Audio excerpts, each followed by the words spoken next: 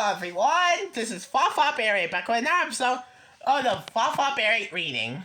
Today I'm going to read 3 Hens and a Peacock, written by Lester L. Laminack, illustrated by Henry Cole.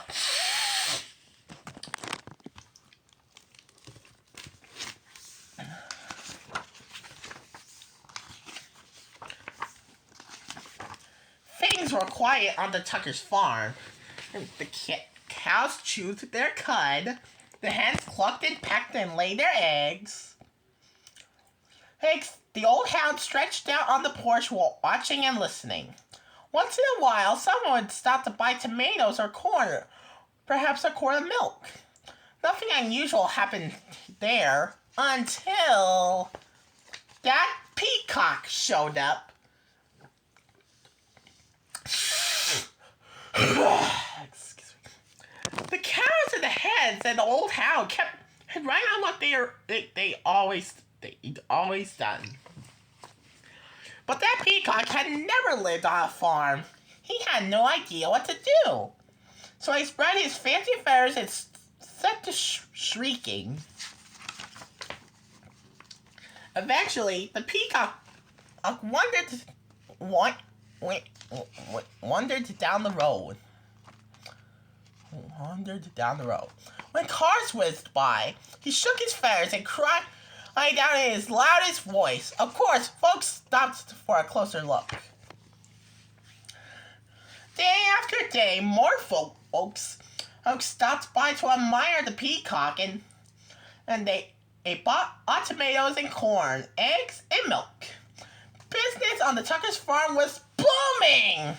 Everyone seemed happy to have visitors stopping by. But trouble was brewing in the hen house.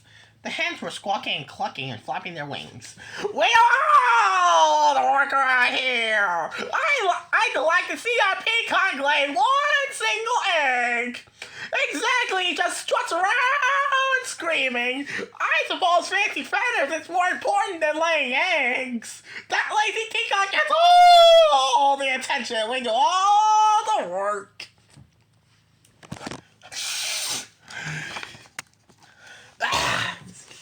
The Peacock had heard every word. For days he moped about, moaning and groaning. I wish I could be more useful around here. Humph!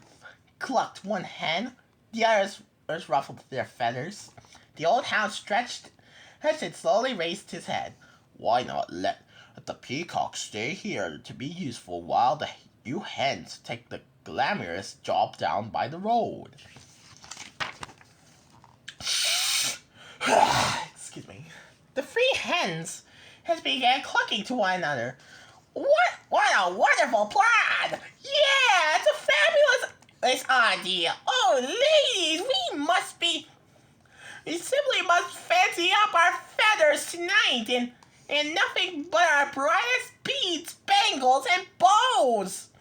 We'll stop traffic for sure. Why, you girls know I can, and strut with the best of them. The Peacock perked up. Let's do it, he declared. Tomorrow I'll stay here, sit on a nest, and cluck.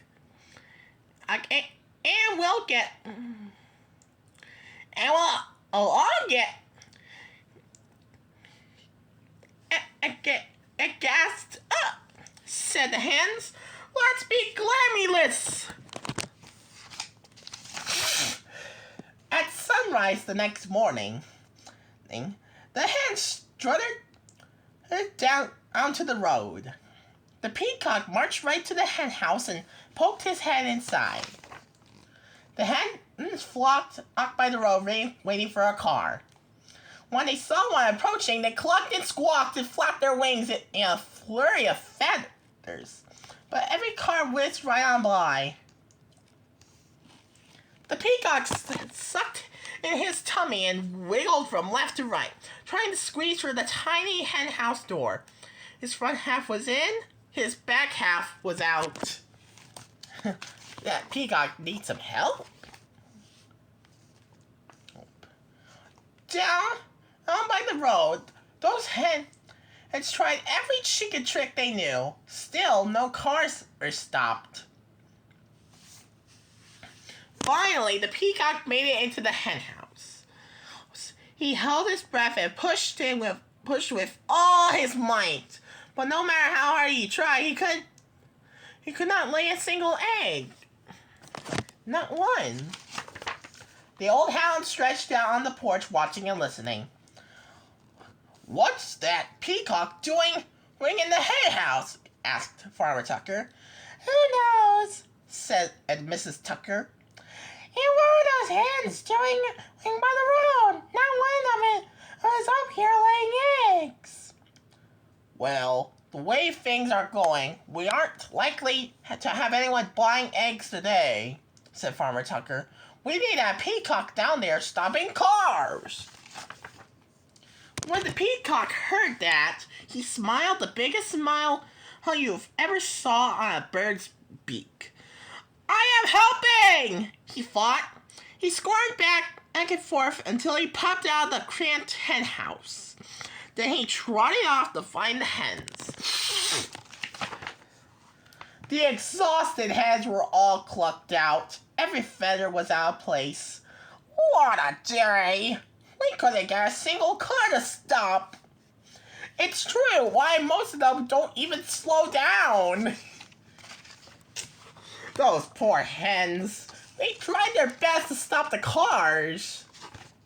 The peacock met the hens, and as they trudged up the road, "I can tell you I'm no good at laying eggs," he said.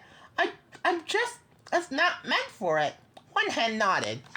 "I'll put on my stellar strut, but even I couldn't stop a single car," she said. I'll have with you, fancy feathers. Your job is harder than it looks." The other hens agreed. The peacock looked relieved. So the hens marched back to the hen house. The peacock strutted down to the road.